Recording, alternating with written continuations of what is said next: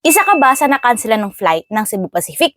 For example, yung Iloilo, diretso papuntang Thailand. Ngayon, cancel siya, tapos binigyan kayo ng alternative. So, ang mangyayari, Iloilo to Manila, Manila to Bangkok. May layover ka na ngayon sa Manila. So, marami po nagkatanong. Unang tanong, saan ako mag-immigration? Mag-immigration ka po sa Manila, hindi sa Iloilo. Kasi ang flight mo mula Iloilo papuntang Manila ay domestic.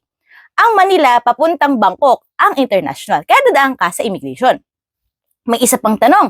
Ang 2 hours po ba or 3 hours ay sapat na para sa layover na to? Para sa akin, personally, sapat na po yan.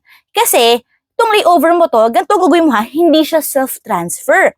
Pagdating mo sa Iloilo, nag-check-in ka, check-in mo yung baggage mo, bibigyan ka na ng 2 boarding pass kasi iisang booking lang yan.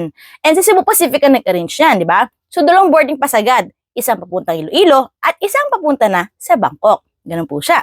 Ang check-in baggage mo, hindi mo nakukunin sa Manila. Doon na, sa Bangkok na. So, pag nilupad ka mula Iloilo, papuntang Manila, sa Manila, hindi ka na pupuntang check-in counter sa Cebu Pacific, dediretso ka na sa immigration. After na immigration, boarding gates ka na. Ganun lang siya kadali. So, sapat ang 2 or 3 hours. Okay? Kapag may question pa kayo, let me know in the comment section. Have a safe flight!